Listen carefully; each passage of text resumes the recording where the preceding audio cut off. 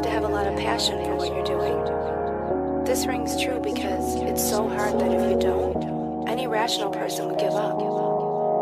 It's really hard, and you have to do it over a sustained period of time. So if you don't love it, and if you're not having fun doing it, you're gonna give up.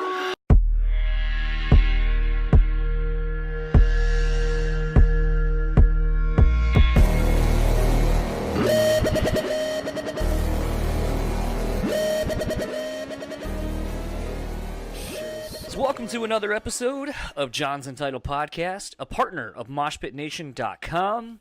This week's guest is Trey Williams, drummer for Dying Fetus. That's right, we're getting into some brutal death metal. And with me, as always, Mr. Death Metal fan himself, Daniel Terry. How are you doing? I'm doing great, man. I'm glad you've seen the light. I saw the light on Phil Anselmo and the Illegals, and now you're seeing the light on death metal. I mean, admittedly, I'm not the biggest death metal fan. Something off record that, at least not recorded anyway, that I've told Dan, and I think a lot of people who know me personally would probably attest to. One of my biggest gripes, if you haven't figured out from listening to over a year of this, or even if you go and listen to me on discography discussion, is I'm kind of a stickler for production and the production quality. And unfortunately, a lot of the early adapters to death metal had shitty production. I'm going to go ahead and say it. It's almost like punk rock. It's why I don't like punk rock music, because it's like, I know, that's half of the aesthetic is the raw soundingness, but you know what? A little bit of production can go a long way. I mean, I agree with you for the most part. I think a lot of it has to do with just, I think sometimes recording techniques don't necessarily keep up with the times as far as how extreme music gets. I mean, it almost seems like one year, you finally figured out how to mix and record a Slayer record to where it sounds really good. And then you've got Obituary over here doing this thing. And you're like, man, what do I got to do with this now? Like now it's gotten too extreme, It's kind of funny because even in thinking back, and I don't think I mentioned it on this chat, but, everybody who kind of has put their hand on heavier music, whether it be Ross Robinson or Terry Date or Morris Sound or even Jason Sukoff now or Will Putney or any of these other producers, Adam D for a little while there, everybody kind of becomes known for that one thing. And I think that's a blessing and a curse because I think, with death metal, and obviously in the early 90s, it was all about Morris Sound. And, for the time, like you're saying, like, the thing I got to remember is in the early 90s, that was kind of that weird shift between going from analog to digital. And I'm sure a lot of the budget for a lot of death metal records was pretty much nothing. And so you kind of had to make do with what you could. And I think in that regard, I think it's just one of those things for me where the technical prowess and the songwriting capability just, I don't know. I guess by the time I started really getting into it, the production is what drove me away from it. And it's already kind of a very extreme form of music. So it's if you're getting into it, then you're already kind of halfway there. But, for me, it's like when I can't discern sometimes different instruments because it's just a muddied ass mix, it's like, well, fuck, man. This, I want it to be good. And I think, in the last handful of years, really, especially since Jason Sukoff started kind of doing some stuff, I think he put that nice sheen on death metal that it's always deserved. And, bands like Obituary and, the last Obituary record I really like. It's probably one of the first Obituary records I've liked straight out the gate. And when I heard the new Dying Fetus, I kind of dipped my toes into the last record they had put out before, Wrong One to Fuck With, and I enjoyed it. And so when Wrong One to Fuck With came out, it was like, all right, fuck it, like let's check this out. And it's like, damn, it sounds really good. There's emphasis on tight arrangements, and it sounds really fucking good. And to me, it's like, I know some staunch death metal fans like yourself may be like, well, it's not OG true death metal because it doesn't sound like shit. But it's like, yeah, but you know what? It brings people like me into where I'm like, man, now I'm on board with you. Fucking Dying Fetus, hell yeah. Yeah, I mean, I'm definitely not that bad as far as it sounds too good, it sounds too clean. Although you can catch me say stuff like that sometimes on discography discussion, but it isn't necessarily what I'm saying. Like when I say stuff sounds too clean or sounds too produced or whatever. I'm talking about whenever the actual extremity of the music is compromised. What Dying Fetus has done on their newest record is incredible in that the production quality is top notch and the brutality is top notch. So like the two aren't mutually, aren't that different from each other. They're not that separate. Whereas there are a lot of people out there that'll say like, oh well, they cleaned up the way the guitar sounds or whatever. Like it's not like that. It's actually just everything the Dying Fetus has to offer presented in the best sounding way possible, if that makes sense. No, totally. And it really kind of makes me want a remaster redone, kind of like what they did with As the Palace is Burning for Lamb of God, where it's like it kind of, again, that's a great record where it sounds great because of how raw it is. But when Josh Wilbur went through, the guy who's been doing most of their records recently, and remastered it and kind of made it sound like the newer Lamb of God, when you listen to that remastered version now in conjunction to everything Lamb of God's put out around this time, the last 10 years, it doesn't sound so weird. Because I think that's the thing about death metal to me, is like if a band stays around long enough, and inevitably it just happens, because that's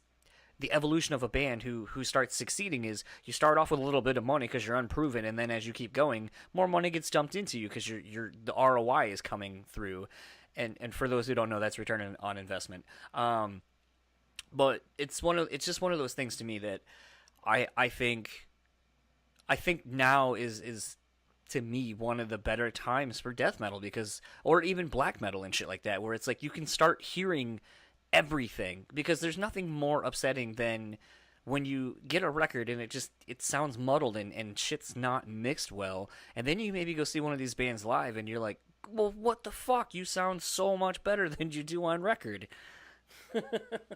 Well, I think for me a lot of the time it's just nostalgia. Okay. Like if I hear a record that sounds like that now, okay, if I look at the copyright date on the back of it and it says 2018, I'm throwing it in the garbage, But if it's if it's like 1997, or you know what I mean, like that kind of that sweet spot between like 95 and 2005, you could get away with having bad sounding records. You couldn't. It's just that you could chalk it up to it just not that kind of music not being popular enough yet for them to get into a good studio.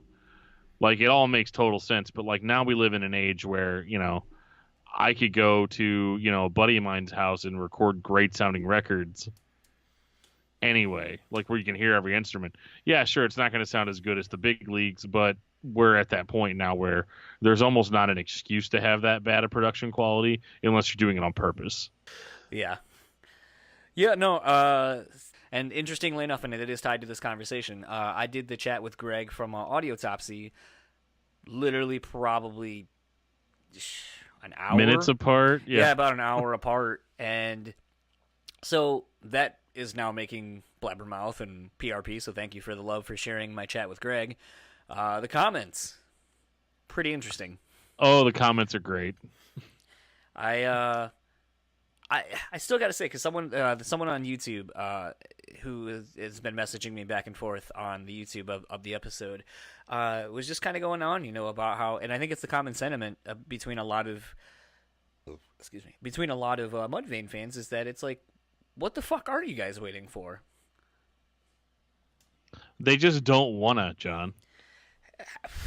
I mean, honestly, like, he didn't flat out say it, but like that's basically what he said. I don't wanna. The thing that's funny to me is, and I almost called him out on this bullshit during the chat, but he references System of a Down. It's like, at least System of a Down's still playing fucking shows. Like, I don't care if I don't have a record. At least I can go see that band. You guys have. It's been 10 years and you haven't done anything. Right? Yeah, they can. Yeah, because they can say whatever they want to say. Or he could say whatever he wants to say, but like those bands are not dumb enough to leave money on the table. Which is exactly what they're doing. They're leaving money on the table. Yeah, and I mean, I don't know, like the dude on YouTube said, he's like, maybe this is a ploy, sort of, like everyone's kind of waiting for the 10-year anniversary of like the full 10-year hiatus and the 10-year reunion and all that kind of stuff, and we're just biding time until that happens, but I don't know, man.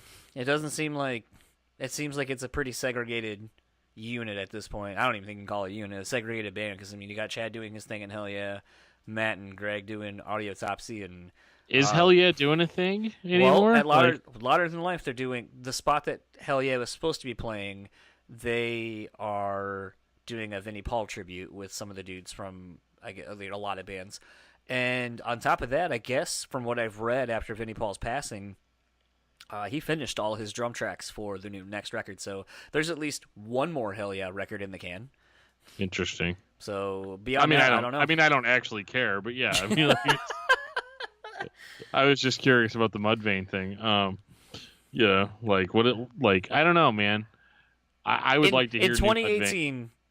In spite of what you've said on your discography discussion episode of Mudvayne, 2018 or 2019, is Daniel Terry excited for a new Mudvayne record? Absolutely. Okay. Absolutely. I mean, yeah. I mean, did they let me down? Did they make me feel bad? You got caught in the game. Yeah. Am I one of those? Am I one of those guys that just always gets butthurt when a band doesn't do the thing that I want them to do? Usually, yeah. But I'm still down to hear it. I'm an equal opportunist, man. Everybody's got a chance to be great, and it'd be great if Mudvayne gave themselves another chance to be great. That's my new presidential platform: make Mudvayne great again. MAGA still works. He got my vote. And speaking of great things, let's get to my chat with Trey Williams of Dying Fetus, and we will talk to you in the outro.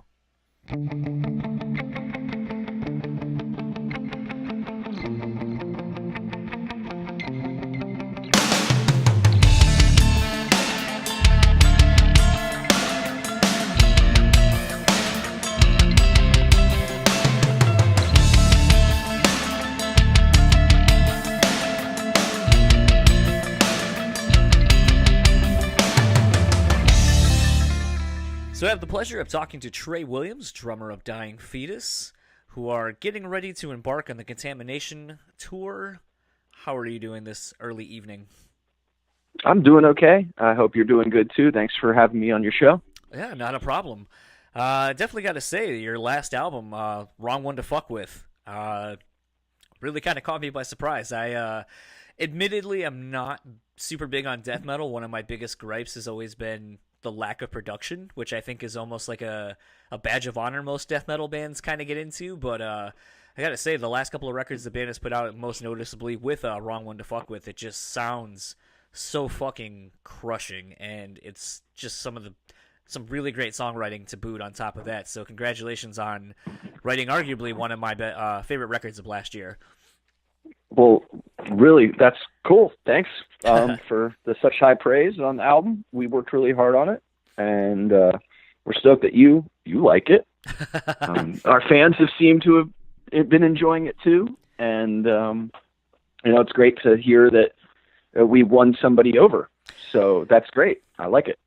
Well, I think it definitely speaks to how well it was received. I mean, it charted at, I think, 180 on the Billboard charts, and was like around the top 50 as far as like the actual rock metal charts as well. So I mean, so far into the band's career, and you guys are having commercial success. I mean, does that surprise you so far into the band's career? It's a pleasant surprise. We've all put a lot of effort and put a lot of our lives into this thing, and it's cool to see it kind of pan out a little bit. So yeah, it is definitely neat, but it has to do with sticking around and doing what we do, and just try to develop what we do and make it more polished and better. How hard is that to do? I mean, knowing that you're not an original member, but I mean, you've put in 11 years at this point into the band. How hard is it to kind of do that for as long as the band has been around, and as long as you've been in the band, to just kind of constantly outdo yourselves, record in and record out? Well, it's a necessity, because if you don't, then you're going to just sound exactly like the same thing every time over. So you have to progress in some way, and it gets boring playing the same old things over and over again. So it's cool to learn and add new things into the music that give it a new element or evolve it in some way and makes it fresher for us to just play. In a genre metal as a whole, without even delving into the subgenres and categories of the music scene itself. But you know, you kind of just were speaking to how you are trying to constantly evolve, but I feel like metal people, metal fans are quite the elitist when it comes to what they like and don't like. So, I mean, is it been kind of interesting to kind of grow within the band itself and potentially see people be like, oh, well, Dying Fetus sold out now because they have insert whatever it is they think is selling out when you're in a technical progressive death metal band? I don't think we've ever felt like our fan base has thought we've sold out. If anything, we really try to give our diehard fans, the people that like us for, you know, the kind of band we are, we try to give them what is going to satiate them, what's going to satisfy them, you know. And, you know, it's not like we're trying to write an album for the audience per se. We're also writing it for ourselves. So we want to have it be interesting and captivating too, if we can. I was trying to go back and find some other interviews around the time of the last record coming out to see if this question had been answered or been asked and answered. Was there any pushback from the label? I mean, coming out with an album called Wrong One to Fuck With in 2017, I mean, just seems kind of brash. There's, you know, a lot of censorship, like Andrew WK's I Get Wet with the picture of his bloody nose was blacked out. And things like that. So to me, thinking about how even trivial things such as just that image get censored, were you guys was there any pushback from the label like, fuck, like, is there any other title you got maybe that we can put out? Or were they just kind of like, yeah, fuck it, Wrong One to Fuck With, let's go with it? For the most part, they were pretty accepting of just about any idea we brought to them. I wasn't a part of any real conversation regarding the title. If there were conversations about content, it was the cover art. Okay. And to try not to make it seem too misogynistic. Really? Yeah. So if there was anything, it was that. Okay. But I mean, it wasn't like done in a way that was like, guys, you can't do what you want to do. It's just kind of like, hey, and if anything, we had the final say. It wasn't like they were saying you can't do that. It was just suggestions of like, hey, you know, it'd kind of be nice if went a little more like that, and like we, you know, I wasn't too much a part of those conversations with the album art at a certain point. Okay. Jon really took the reins on the cover art at a certain point, and so he had more of those conversations. So I'm really just telling you what I heard from, you know, our discussions as a band. Well, I guess piggybacking off of that, when you finally got to see the final product of the album artwork, what was your reaction to it? I was happy. You know, I think as a whole, it's a really neat piece of you know, media, you know, because it's got, you know, the imagery going along with the music and the title. Definitely one of those that when you get it on vinyl, there's kind of a nice smile you get on your face when you go to the record store and you're just like, yeah, I'm buying this. Like, I don't feel like that exists anymore. Like, you know, I remember, you know, I'm going to be 34 in a couple of weeks, and I remember, you know, seeing the original, like, Appetite for Destruction album cover, and then obviously when it got changed to what it is now, the classic album cover. But to me, it's like, there's something that's kind of cool if you're into rock or metal or any of this kind of music, or even if you get into like the early hip hop stuff of the early 90s and so forth, where sometimes shit that's a little bit scary or whatever, like there's kind of, I guess, a weird sense of like pride, like, yeah, I'm listening to this and it's scary, but it's fun and exciting. And I feel like there's just not really any of that happening really anymore. Like, there's not really album covers that are kind of shocking to a degree, where people are just like, wow, I don't know what I'm getting with that, or I guess in this sense you kind of do know maybe what you're gonna get, but it's even, I feel like if someone doesn't know what you're gonna get with a Dying Fetus record name alone, then there's that. But it's just kind of like when you get it and someone's like, what's that sound like, and you're like, why don't you pick it up and find out? Well, yeah. Well, I guess that kind of that era where like the album art would actually get you business is somewhat gone. Like I remember going to stores and taking the gamble on buying this tape because that album art is done by Dan Seagrave and he's freaking rad, and all the bands he's done artwork are cool, and yeah, I'll check that out just because I like it, you know. And that's kind of over a little bit nowadays because, you know, people don't really discover music in that way. But we still, you know, want to have something that looks cool front to back, you know, and have a cohesive image to go along with the music. Do you feel like, you know, in speaking to albums and kind of growing up with, you know, appreciating the finer details of listening to an album, taking it all in, you know, I feel like it's kind of also lost, you know, when people would look at what labels things are coming out on or who's producing things. Do you kind of find that as well, as being a fan of music, that you know, that's something people aren't grasping on anymore, is just the whole package of like, I'm going to take a gamble on this because Ross Robinson produced it, or, oh, it's on, you know, Roadrunner Records, so I know it's probably really good.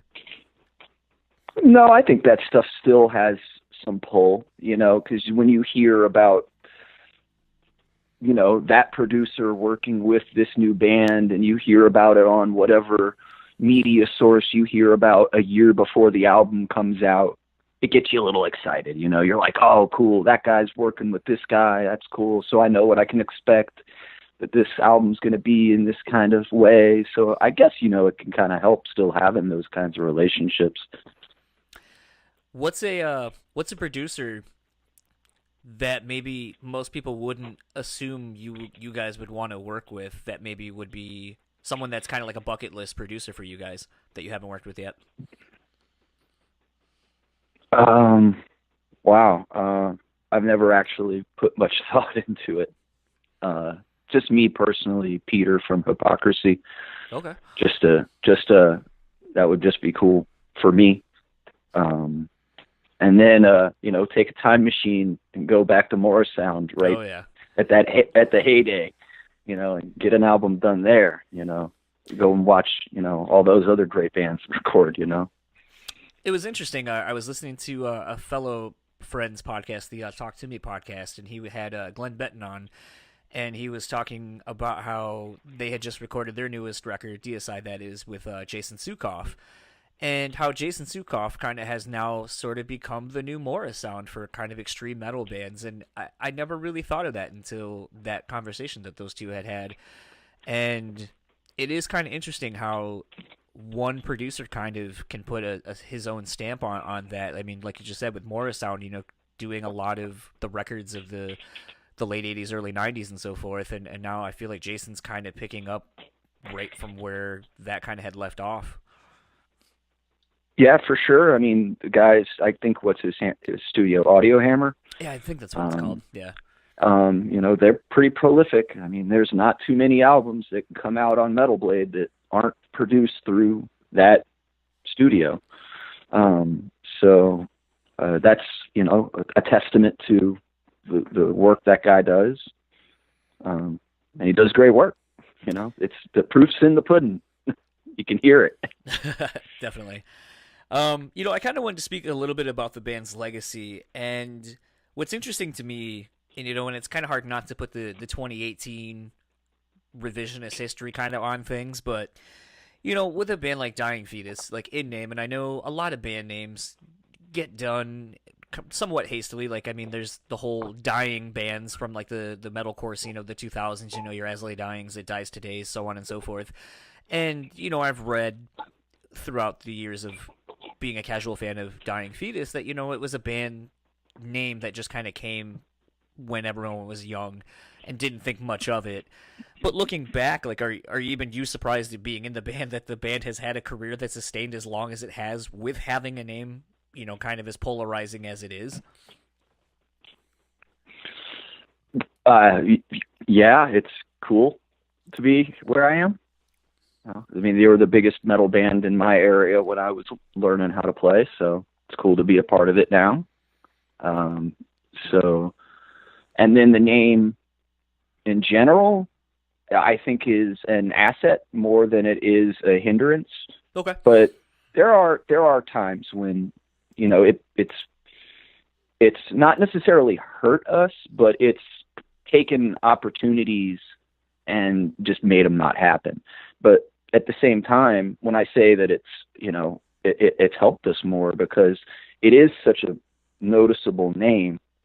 And at a certain point, we went away from, the squiggly line logo and went to the block letter and really hammered it home into people's faces. This is the name of this band, and we're going to make you read it. It's not a struggle to read. Right. I think that kind of helped solidify that in people's consciousness of like, this is an extreme metal band. And, the band has history too before me that is carried on and adds to that clout to the name, if there is such a clout to be had right with that kind of name. But overall, it's been, I think, a help and not quite a hindrance. Something else too. I did an interview about a month and a half ago or so now with Blothar from Gwar, but I actually talked to him as Michael, the person, not the character. And something we were talking about was just this overly PC world we live in. At the time, the Pussy Melter pedal that Steel Panther was having petitioned against was the big rage or outrage of the day. And so I had asked Michael if he envisioned a time coming up where the band might have to go away just because of the world we live in, not because that the band isn't good or that people aren't coming, but just because it becomes hard to continue on because of such extreme politically correctness that we're living in. And so I kind of had wondered, is that something you guys talk about at all, and or are wondering, like, how long can we actually do this given the actual political climate we live in, or politically correctness climate that we live in? I mean, unless there's some sort of like insane censorship that's going to happen, then we're going to be just fine, dude. Fair enough. We're going to be fine. It was kind of interesting. We're going to be okay, because we roll with the punches. We go and we cater our lyrics nowadays to like what's happening in the world around us. And to be honest, people are craving stuff that's just kind of in your face and not like, why do I have to dance around like this, the subject, when we could just say what's really bothering us, it's like, and I think that we're also getting clouded with a lot of stuff that's inconsequential to what really matters in life. So no, whatever.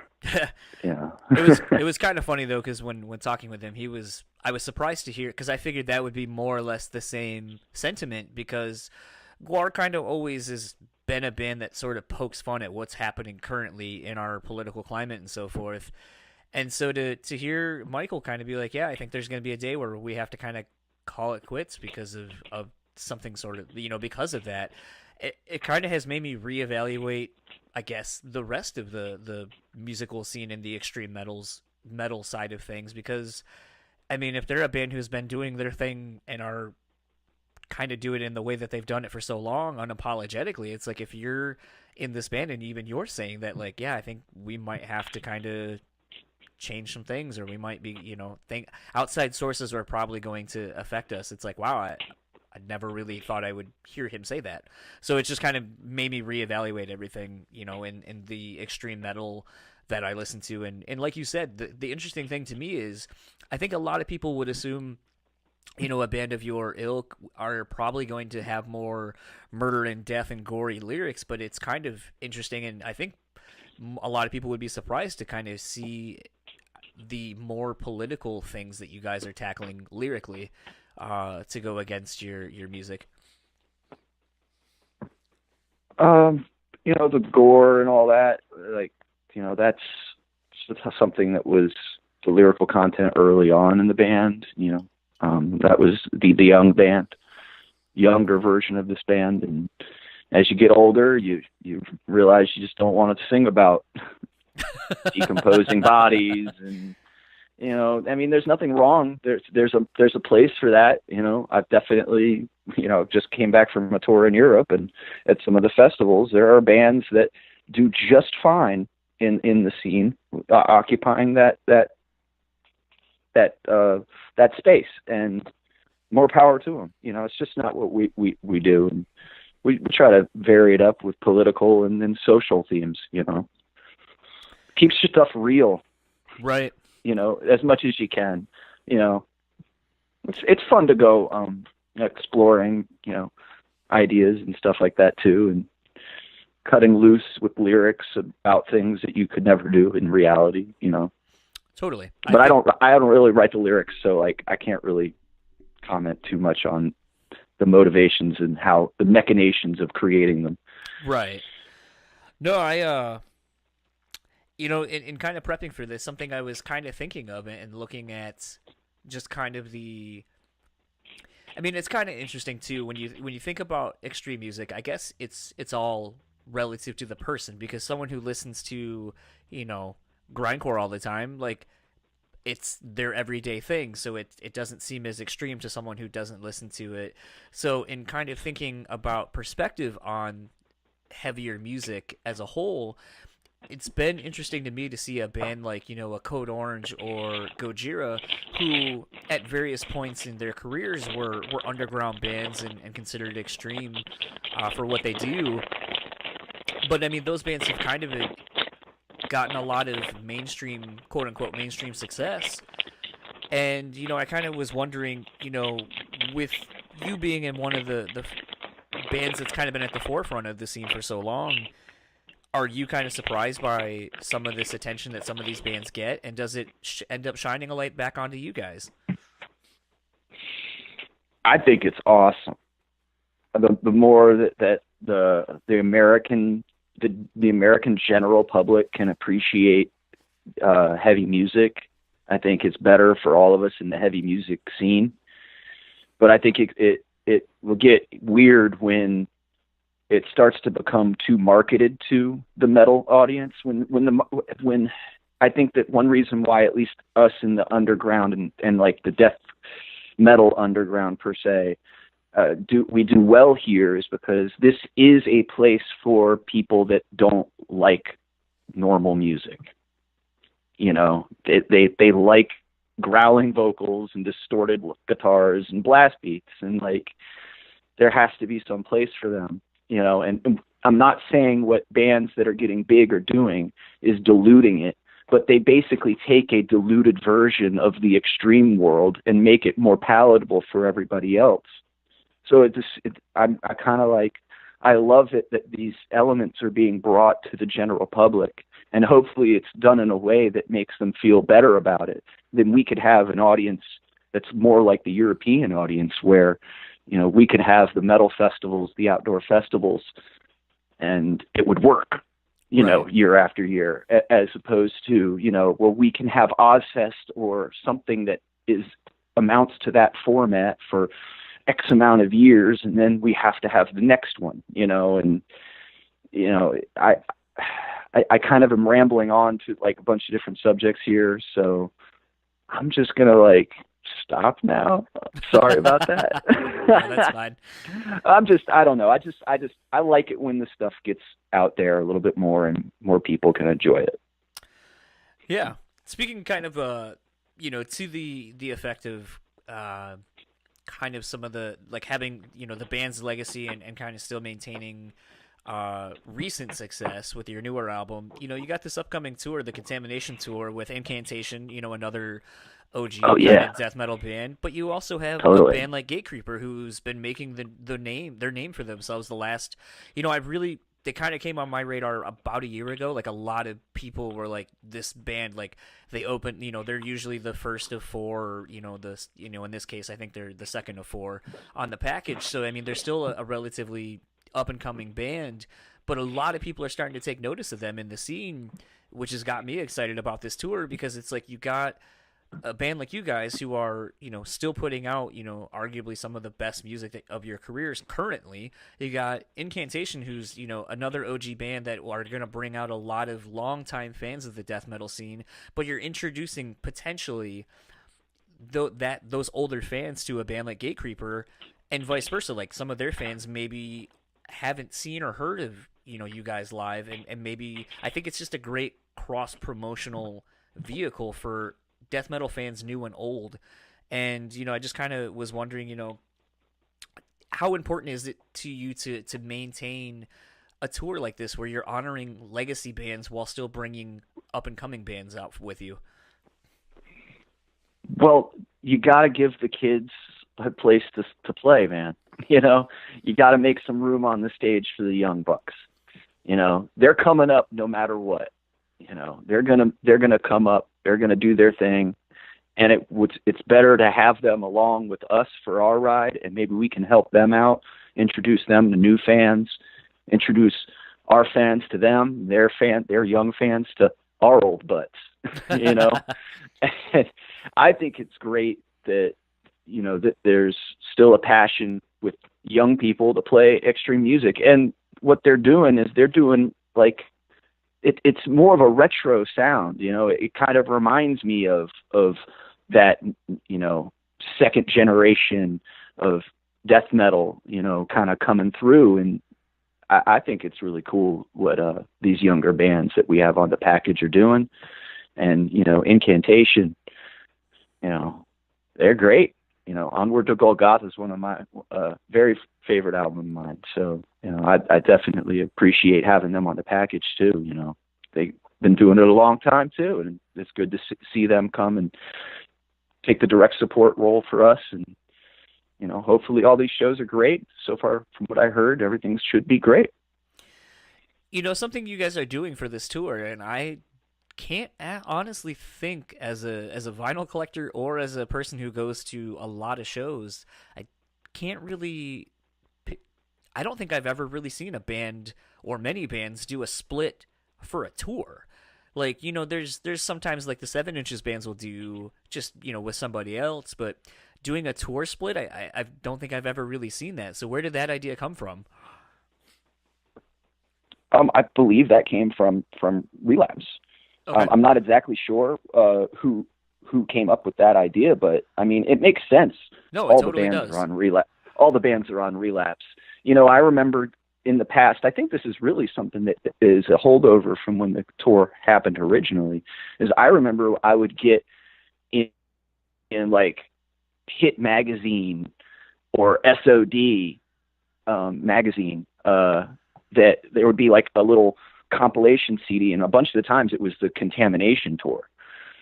So I definitely learned about some bands with that. So I think it's pretty cool, man, especially for the vinyl collectors out there, that it's definitely a fun thing for them to grab.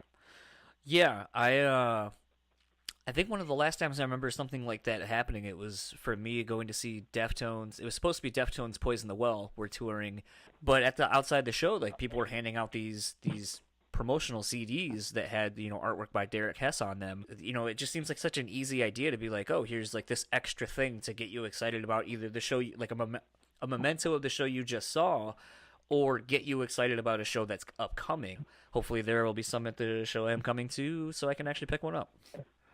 Well, hopefully there are also. I can tell you what, they're sitting right in my foyer at the front of the house. So I got a big stack of vinyls and CDs with Contamination written all over them. So awesome. I think we got one for you, but I hope we got one for you by the time you come around. Well, the nice thing is you guys are playing 2 days after my birthday in Grand Rapids. And I think that's only the 19th, 20th. You're only like 3 days after the tour starts. Unless you only have like 75, I think I'll be good. You're going to be fine, buddy. We got you. Awesome. I didn't know if necessarily this was a topic of conversation, but I feel like I'd be remiss given, just the day that we are talking, which is 9/11, the anniversary of, the 9/11 bombings that happened. I was kind of wondering if you remembered where you were the day of the attacks and what was going on. Yeah, I was at my parents' house. I had moved back there for a little while before I moved back out again, and Mom wakes me up and goes, "Yo, you got to see what's happening on TV." And yeah, that's where I was. So, and then the guys actually were on tour in Europe, if I remember correctly. That current lineup of Dying Fetus was on tour in Europe at the time. So, if my facts are correct. It's just it's one of those, like, I remember when it happened, I was a senior in high school when it was happening, and we were literally watching Lord of the Flies in my sociology class, and then our teacher came back in and was like, "You got to see this. Some idiot drove his plane into this building." And then when he turned it on, then we saw the other one happen, and it was like, oh, shit. Even if you didn't know, you're like, something's up. That's not... I don't think that's an accident that it happened twice. And I kind of wondered too, looking back yourself, if you kind of had received any of that kind of backlash, for being into extreme music as well around that time frame. Around 2001. Yeah. No, man. I was living it. I didn't give a crap, man. And if somebody did have a problem, I didn't associate with them. So, it's yeah. No, dude, that's the most important event in all of our lives ever since it happened. What other event has happened that's had such a change in literally everybody else's life around you and everyone you know? In the whole world, really, for that matter. 9/11 changed everything. Yeah. The world was different after that. So, it's a pretty important event.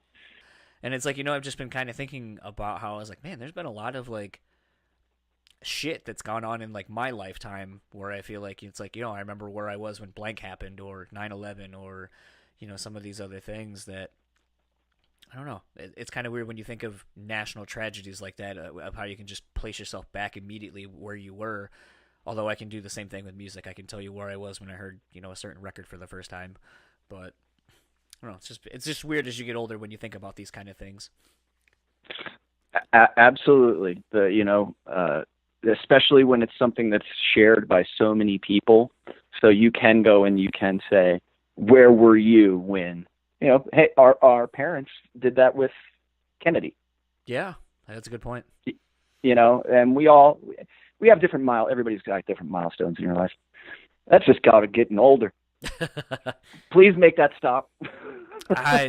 When you can figure it out. It's funny. I was looking at some of the photos when I was looking up across the socials just to make sure I had all the tour dates right and so forth when I plug those. But it was one of those. I was like, for a band that's been around as long as you guys have, collectively you all look pretty young still. So I guess maybe the listening to extreme music and so forth is probably the fountain of youth is all I've kind of gathered. It's been pretty good to us, so I can't really complain. So kind of in wrapping up, the Contamination Tour starts off September 19th in Flint at the Machine Shop. Again, has Incantation, Dying Fetus, Gatecreeper, and Genocide Pact. They are playing here in Grand Rapids, Michigan at Elevation, so you guys will be one of the fewer bands that's played the newer venue here in town. And cool. Ends October 29th in London, Ontario at the London Music Hall. So if they are coming around, make sure to go check them out and support them. All great bands. And speaking of following you guys, where can people find the band and or yourself on the various socials? You find us on Facebook at Facebook/Dying Fetus. We have an Instagram. You can find us through there. We have Twitter. We have all the same stuff everybody else has got, We ain't got anything crazy special, but you can find everything you want at our Facebook page, man. And you yourself, would you like anyone, are there socials you'd like people to follow you at? follow me through the Dying Fetus social pages, man. That's where you can find me.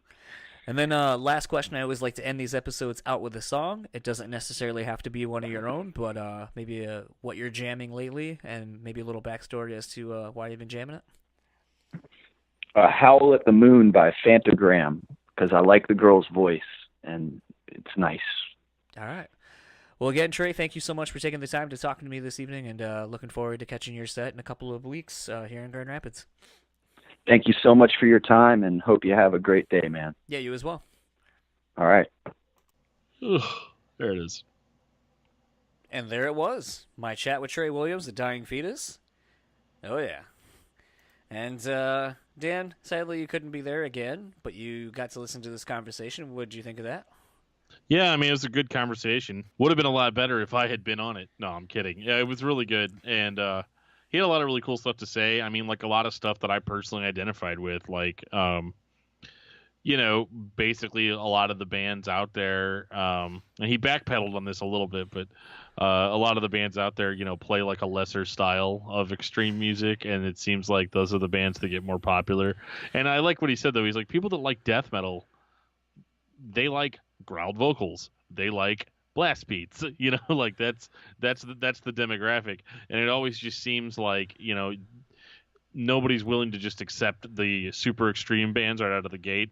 Right. You almost have to have some kind of lesser version of it to introduce you to those elements slowly and gently. Well, I think, Jamie Josta talks about this and is a strong proponent of why certain bands need to be put in front of fans of metal. That's why a band like, he always says like, well, we were on Five Finger Death Punch, and they're a heavy band to some people, but you put Hatebreed on there, and maybe I'm wearing a Crowbar shirt, or I talk about maybe I'm wearing a Black Dahlia shirt, and then people become fans of my band, and then see the bands that we're touring with, and then we introduce them to these other things. Like, it's all about kind of those what do they call them? Not tastemakers. Gateway bands. Basically, Five Finger Death Punch could be a gateway band for a lot of people to be introduced to a heavier style of music than what they play. And, I think for a lot of shit that they get, Five Finger Death Punch, that is, I still think they do a lot of good. And I think the interesting thing too about them is they're kind of unafraid to take bands that are going to make them look, by comparison, a lot less heavy. But yeah. They don't care, because they know their fans are their fans. And, if you like Five Finger Death Punch wants to take out a fucking Incantation or a fucking Deicide or whatever, maybe they're not going to, but I don't think that band has anything to lose by doing something like that. And I think that's pretty commendable. I mean, I just basically saw the same thing on that Fall Out Boy tour, where basically Fall Out Boy is at a level where they're at the fuck you level, where it's like, we can take out whoever the fuck we want, and we're going to sell out an arena. And right. So the fact that they're taking out bands that are friends of theirs, like an Every Time I Die or Gym Class Heroes, or any Machine Gun Kelly, or any of these people, it's like that's when it's really I think fun to be in a band, because you get to call your own shots, because you've already you're so massive, no one can tell you no. Right. Yeah, because the money's going to talk. Just let the money do all the talking on that. People are going to show up. You're going to sell all the tickets in a stadium. So nobody really cares. Nobody really cares if the bands don't necessarily, quote unquote, fit together. And I agree with what you said about gateway bands. The gateway bands are just like totally necessary. Like, a band like Five Finger Death Punch might not, like, to a guy like me, they seem like the lowest form of heavy metal. You know what I mean? Like, sure. But at the same time, if I'm trying to introduce my buddy to, heavy music, I'm not going to show him a Napalm Death record first. I'm going to show him, probably Five Finger Death Punch. Let's get used to the idea of the guy screaming a whole lot instead of singing. Right. But he does still sing, so, we're really gently easing you into this, Yeah. Yeah, and it's kind of interesting, too, in the fact that when... I just kind of wish sometimes, like, all the chats that I am sitting on were all out at once. Like, I could just release them all at once, like a Netflix style. Maybe Blast goes on to something there too, by just dropping seasons so you can binge listen to everything. Because then that way, over the course of like the 10 episodes he's got for his a New Level podcast, it's one of those things where when he cross-references something from another chat he did previously or setting up, like, oh, I talked to somebody and it's out of turn, it's all referential at that point, and you get to hear it all pretty quickly. Whereas here, it's like, okay, so I talked to Greg, and then an hour later I talked to Trey, and then a day later I talked to Damon from A Virtue, then a day later I talked to Jaden from Siler, and it's like there's commonalities between all these conversations about, you know, heavy music and how we all got into heavy music and just the dynamics within it all. But the fact that we're going from someone who was in, you know, a nu metal band to someone who is in a death metal band to someone who is in a melodic hardcore band to someone who's now went from like a deathcore kind of band to now being like a Linkin Park kind of nu metal, like POD-ish kind of thing. Yeah. It's one of those where it's like none of those should seemingly go together, but there's a common thread between every conversation I've had about just being, and I said this last week too, or in the Greg episode, just being unapologetically yourself. And I think that is the thing I think that is the draw for people who like heavy aggressive music. It's the thing that brings you in, because it's I don't know, it's like that kind of outsider thing, like where it's like, well, everyone's doing this thing, so I'm gonna go do my own fucking thing, and that's kind of what brings everyone in. I guess there's just different levels to that. I guess, you know, from being Five Finger Death Punch to, you know, whomever. But well, I think that it's hard too with the gateway bands, because it's really hard for somebody like me to take somebody seriously when they're like, dude, I'm really into this really aggressive stuff. Oh yeah, what do you like? Five Finger Death Punch. And you're just like, oh, okay. At least that's what I'm like. I don't launch into the tirade that I would have when I was a high schooler, you know. But you know, it's definitely kind of a weird birthing process, because even though I'm a metal elitist or whatever, that's what people say I am, I can still, like, kind of see it for what it is. Like, yeah, oh, I'm really into Five Finger Death Punch. Oh, you suck. Well, what are you into? I'm really into Napalm Death. Oh, really? Do you only? And then another guy's like, do you only like mainstream grindcore? And then, you know, another guy's all what like, an asshole. no, what are Mainstream you talking grindcore. about? Yeah. It's like, oh yeah, well, I'm really into stuff like Pig Destroyer. Oh, really? Pig Destroyer, that metalcore band that calls themselves grindcore. You can find anything. Yeah. And eventually it just kind of turns into just more of a metal dick measuring contest when it's a whole bunch of morons talking about something that they're not even actually actively involved in. Speaking of that, did you see that we've been getting a second bite at the All That Remains apple there? Yeah. That's pretty cool. Because they did the new song, and they're like, oh, by the way, on Jon's Untitled podcast, Phil said that the whole album was done. Like, I was kind of shocked. Someone texted me. They're like, is this an old interview? Like, did you know that this song was out? And I was like, no, this just came out like today. And they're like, oh, yeah, this is cutting edge. And they're like, oh, well, they're referencing your chat. And I was like, I mean, I guess it did just happen like a couple of weeks ago, but who knew? It's almost like when we did As Lay Dying on discography discussion, we were about a week and a half, 2 weeks on the precipice of something happening. We just had no clue. And then all of a sudden, it's like 2 weeks later, we look like we fucking knew something and we were geniuses. Yeah, well, we predicted it. Yeah, it was so funny. People are like, because I had people ask me, like, do you have some kind of insider information on that or whatever? And I was like, it is just literally, I am such a lazy procrastinator that I waited a certain amount of time before doing an As I Lay Dying episode. And it just literally just happened to be a week or so prior to all of this happening. One of the biggest coincidences in my life. You remember how I told you today, as a result of let the cat out of the bag, someone, a member of Saliva, or a former member of Saliva, reached out to the podcast to try to come on soonish. Yeah.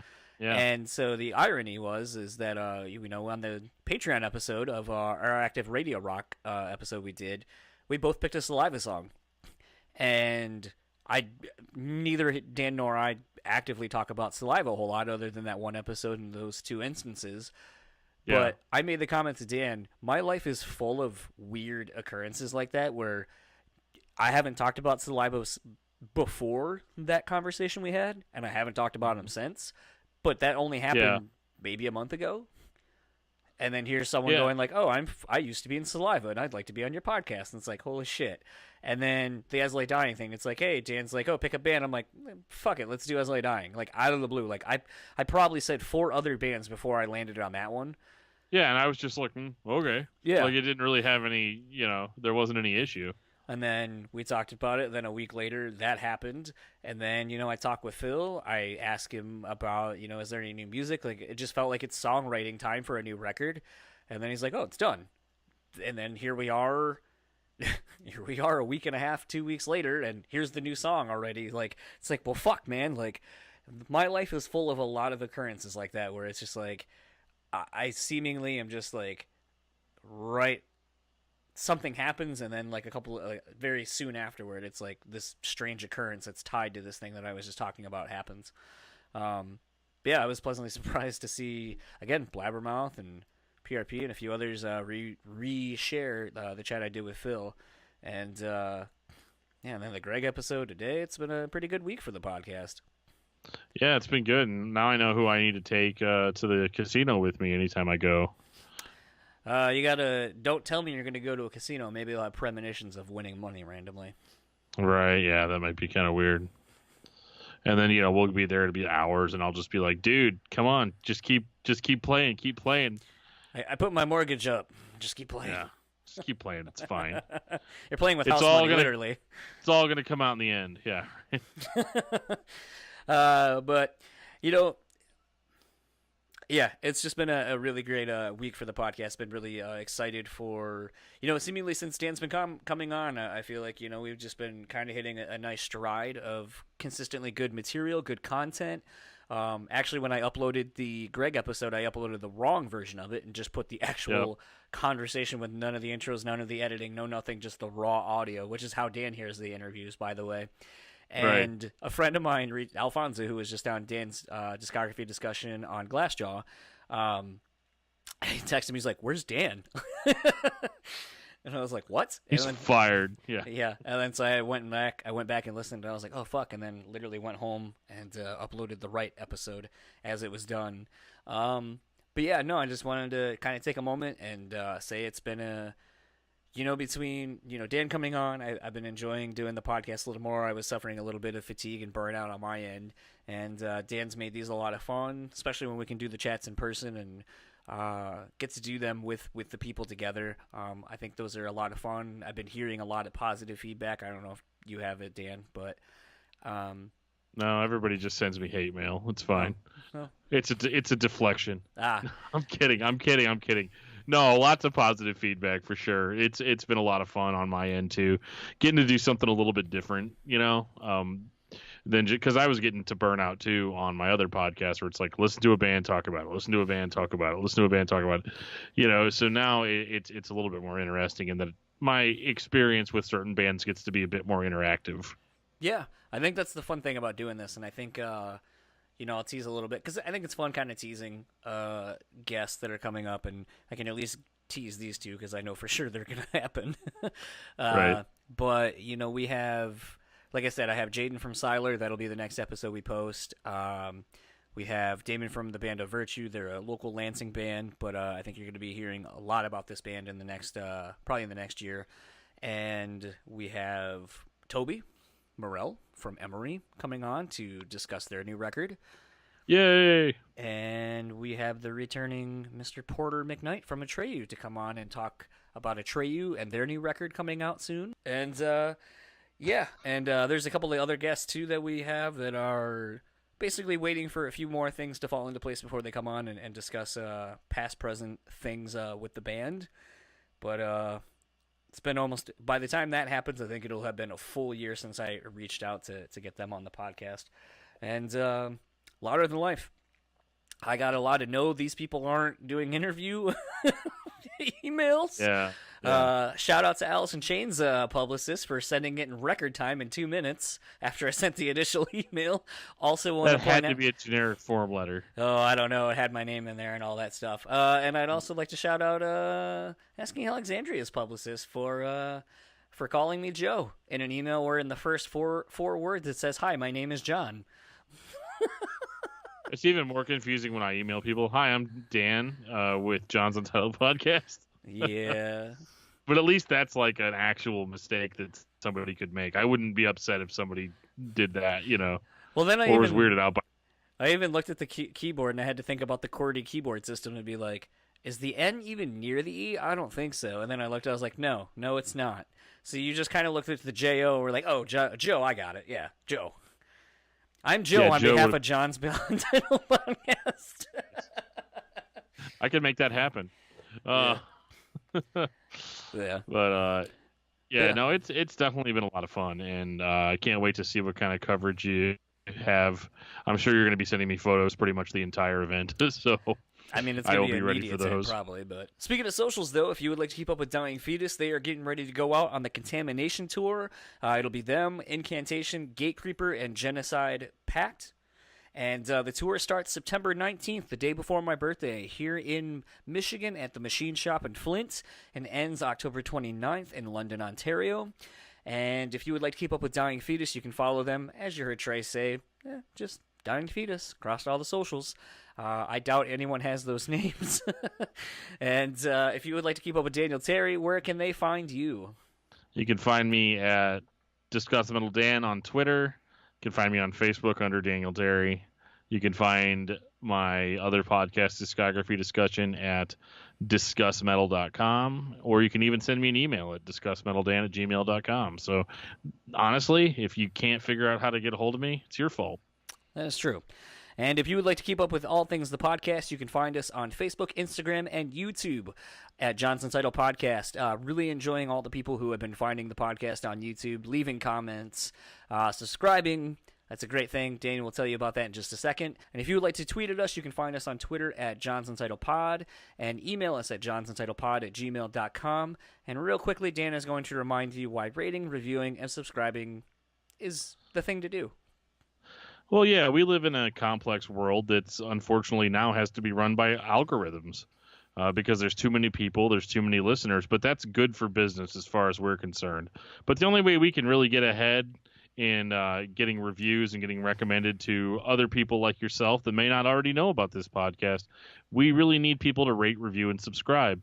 Highly rated podcasts do a lot better. They come up in search results quicker, and you never can tell. Every now and again, you might end up getting featured on the new and trending on Apple Podcasts, which is something that all podcasts really would like. So just if we're a podcast that you love, please rate, review, and subscribe. It really helps us out. And lastly, we are going to end the episode as we always do with a song. And as you heard Trey pick, he wanted us to play it out to Howl at the Moon by Phantogram. So we're going to do that, and we will be back next time with Jaden from Siler.